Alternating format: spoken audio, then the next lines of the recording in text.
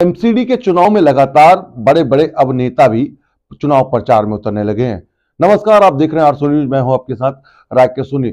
Munirka ward 151 से चुनाव लड़ रही बीजेपी की प्रत्याशी रमा टोकस के प्रचार में आज उतरी केंद्रीय मंत्री मीनाक्षी लेखी। जी हां, मीनाक्षी लेखी के साथ साथ बीजेपी के पूर्व विधायक अनिल शर्मा के साथ साथ बीजेपी के तमाम कार्यकर्ता और मंडल और पूर्व निगम पार्षद भी मौजूद रहे और उनके साथ यहाँ पर जमावड़ा लग गया समर्थकों का। जी हाँ, क्योंकि दिल्ली के अंदर चुनाव का माहौल चल रहा है और चुनाव के इस माहौल में हर कोई राजनीतिक पार्टी अपने चुनाव प्रचार में जोर शोर से लगी हुई है। राजधानी दिल्ली में 4 दिसंबर को चुनाव है और उसको लेकर हर कोई पार्टी अपनी अपनी प्रचार में जुट चुकी है। और उसी क्रम में आपको बता दें कि दिल्ली के मुनीरका वार्ड 151 में यहाँ की प्रत्याशी हैं बीजेपी की रमा टोकस।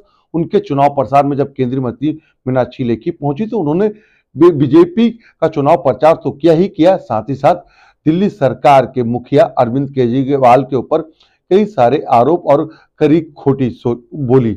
आइए आप आपको सुनाते हैं कि किस तरीके से मीनाक्षी लेखी ने अपने प्रत्याशी के लिए लोगों से वोट मांगा और साथ ही साथ दिल्ली के मुख्यमंत्री अरविंद केजरीवाल के बारे में क्या बोला। आइए दिखाते हैं कैमरा विनोद के साथ आपको नीरज अवस्थी की खास रिपोर्ट। मंच पर हमारे बीच हमारे आनंद भाई जो विधानसभा के प्रभारी रहे हैं, हमारे बड़े सीनियर हैं, वो भी हैं और सामने बैठे हुए सभी आदर के योग बड़े बुजुर्ग हमारे साथी, हमारे भाई बंधु, हमारे लिए बड़ी ही सौभाग्य की बात है जहां भी हम जा रहे हैं इस बार के अंदर, चाहे वो पंचायत हुई हो, चाहे कार्यकर्ताओं की बैठक हुई हो, चाहे पदयात्राएं चल रही हो, हर जगह पर इतना भरपूर समर्थन भारतीय जनता पार्टी को और रमा बिटिया को मिल रहा है।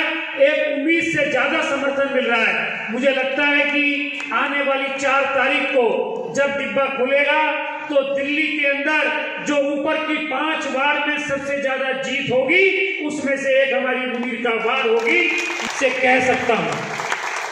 साथ ही मैं एक बात में आए हैं, मैं इस क्षेत्र से बहुत लंबा समय तक विधायक रहने का मुझे सौभाग्य नहीं मिला, परंतु 11-12 महीने के आसपास मैं यहां से विधायक रहा।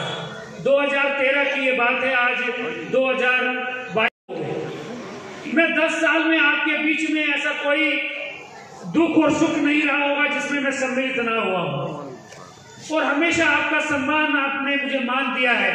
आपने हमेशा मेरी बात को कहीं ना कहीं उसको तरजीह दी है, इज्जत दी है।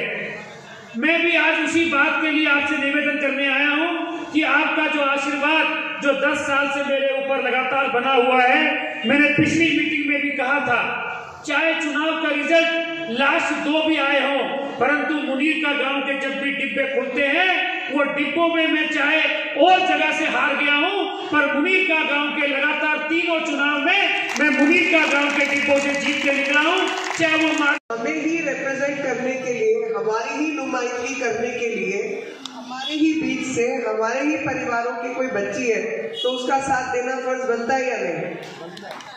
बताओ जी, सारे हाथ खड़ा करके बता दो जी। जो आसपास हाथ नहीं खड़ा कर रहे उन पे भी निगाह डाल लो कि कौन कौन गड़बड़ करने वाले हैं। तो अपने ही परिवार की, लोकतंत्र का मतलब ही ये है कि जनता अपने नुमाइंदे को चुनकर भेजती है कि कौन हमारी जो बात है उसको आगे पहुंचा सकता है।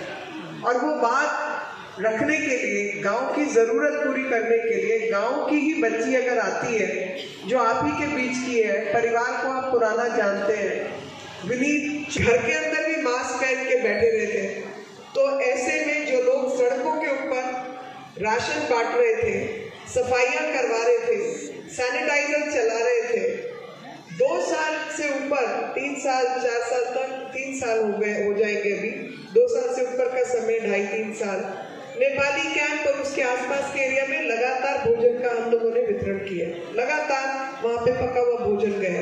ये सब काम संभव हुआ और क्षेत्र में कई बार ऐसे लोगों की जरूरत रहती है जो कि गांव में, देहात में जनता की हर जगह नहीं पहुंच सकती, और वो एक समीकरण गांव देहात में भी अच्छे अच्छे परिवारों में भी परेशानियां हैं और ये बात मैं समझती हूँ।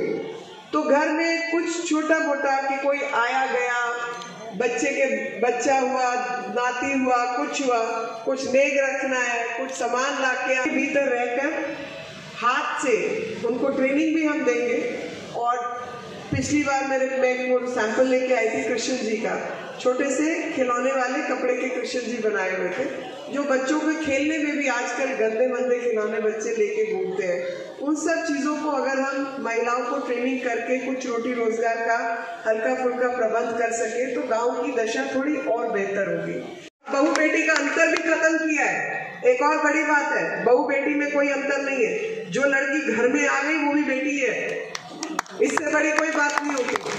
और मैं खुद उसी परिवार से हूँ तो मैं भी ऐसा जानती हूँ कि मेरे को जो मेरी ससुराल में इज्जत प्यार मिला है वो मेरे ससुराल वालों ने दिया। मेरी माँ तो डंडा चला के रखती थी, तो जितना लाड प्यार है वो ससुराल का है। तो अपनी बहुओं को बेटियों की तरह मानना, बहू बेटियों के बीच काम करने के लिए एक महिला का होना एक अलग बात होती है, क्योंकि पुरुष तो चौपाल लगा के बैठ जाते हैं, घर के अंदर नहीं घुस सकते। घर के अंदर ये जाएंगे, औरतों के बीच ये बैठेगी, औरतों के दुख दर्द समझने का काम ये करेगी जो पुरुष कभी नहीं कर सकते, वो चाह कर भी नहीं कर सकते।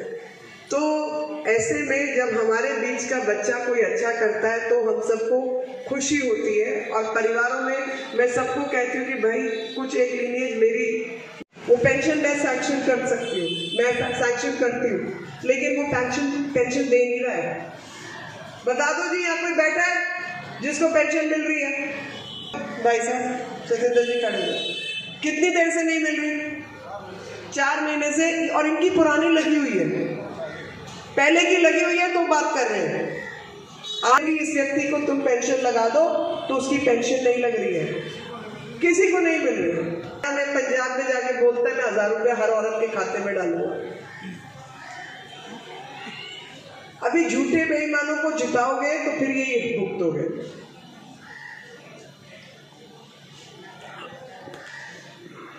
जो सीधी साफ बात करने वाले लोग हैं, लारे लपे नहीं देने वाले लोग हैं, और हम कोई लेकर खाने वाले लोग नहीं हैं, हम तो करने वाले लोग हैं।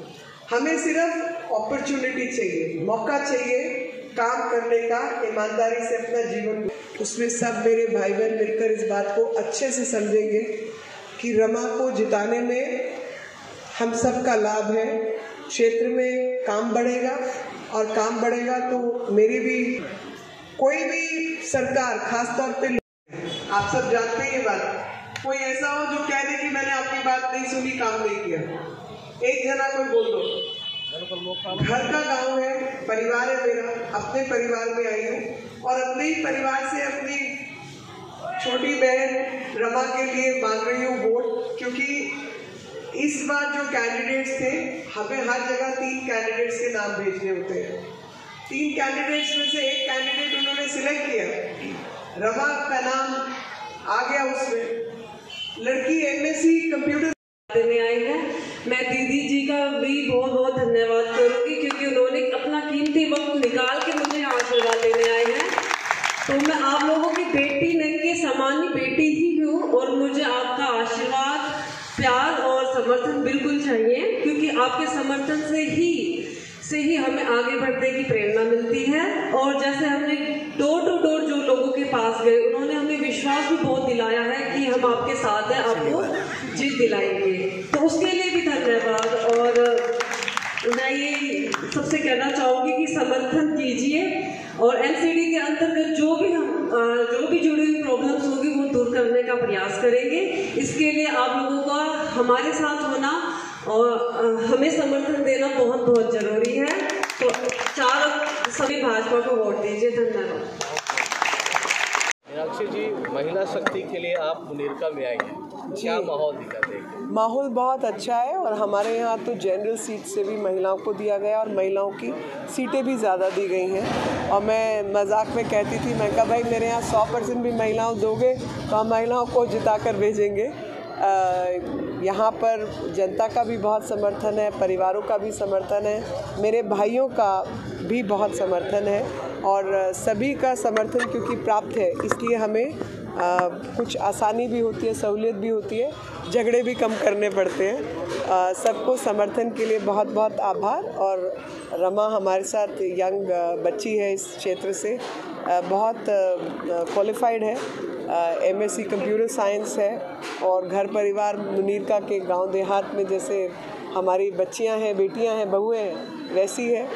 ये सब मिलकर कपिला जी, अनिल जी मिलकर उसको चला रहे हैं, तो ये और अच्छा रहेगा और समाज को अपने बीच का ही निकला हुआ एक बच्चा मिल जाएगा जो वहाँ पे सेवा करेगा। अरविंद केजरीवाल ने MCD चुनाव को लेकर कई बड़े बड़े वादे किए।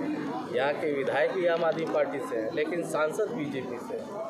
किसका असर ज़्यादा मिलेगा? आपको दिख जाएगा, आपको दिख जाएगा। वो तो मैं बड़ी बात जीतने का दावा कर रहे हैं केजरीवाल। देखिए, आप मुझे बता दो, जब उन्होंने दावा किया था कि वो बनारस जीत रहे हैं तो जीते थे क्या?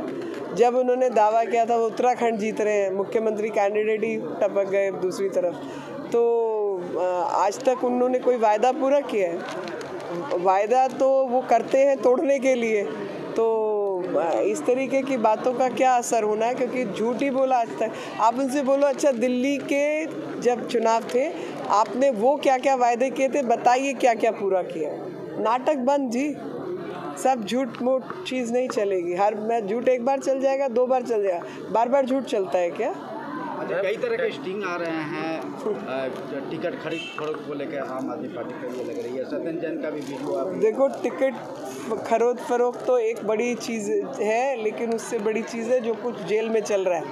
आप सोचो, जेल व्यक्ति को भेजा जाता है सज़ा काटने के लिए, मालिश कराने के लिए जेल भेजा जाता है। मालिश तो घर में करा लेते हैं, तो वहाँ तो स्पा सेंटर बनाया हुआ है उसने, उसके नेल फाइल होते हैं, मालिश होती है, टीवी देखा जाता है, वो तो छुट्टी आनंद लिया जा रहा है। बताया जा रहा है बीमार है वो ना, मतलब जिसको थोड़ी बहुत ब्लड प्रेशर शुगर हो जाए तो 2 महीना जेल काटा है, थोड़ा सेहत ठीक हो जाएगी। मतलब अगला नंबर केजरीवाल जी का भी होना चाहिए।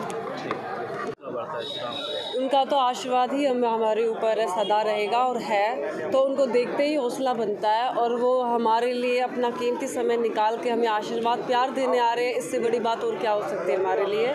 हम तो उनके हमेशा ही आभारी रहेंगे। रमा जी, आप लगातार कैंपेनिंग कर रही है, समर्थन लगातार लोगों का मिलना, कितना मनोबल आपका बढ़ रहा है, कितनी जो शक्ति है वो बढ़ रही है? दिन प्रतिदिन ये मनोबल बढ़ता ही जा रहा है, क्योंकि जब हम लोगों से डोर टू डोर बात कर रहे हैं तो वो हमें खुद कहते हैं कि हम आपके साथ ही हैं। वो खुद ही हमसे अपनी प्रॉब्लम्स आगे से शेयर करते हैं, वो हमसे बताते हैं, तो उनका प्यार विश्वास देख के ही हमारा मनोबल बढ़ता है। हमारा मन करता है कि उनकी समस्याओं को सुलझाने के लिए हम आगे आए। आज महिलाओं की संख्या ज़्यादा है आज के सभा में। हाँ जी, महिलाओं की क्या कारण है? घर घर पहुंच गई इसका मतलब आप? जी बिल्कुल, पता है बहुत दिन हो गए घर घर घूमते हुए और लोगों का समर्थन मिलते हुए, तो जितना हम घूम रहे हैं इनके स्वभाव के कारण भी ज़्यादा जुड़ी जी। बहुत और इस गांव की बेटी हूँ मैं, बहू बेटी हूँ मैं, तो वो इतना जागते हम तो इतना प्यार देते हैं ना कि उस प्यार से लगता है कि सब लेडीज़ घर से बाहर निकल के आ रहे हैं और प्यार दे रही है। इसीलिए आज इतनी ज़्यादा बड़ी संख्या में महिलाएं आई है, क्योंकि हम मिले भी बहुत हैं।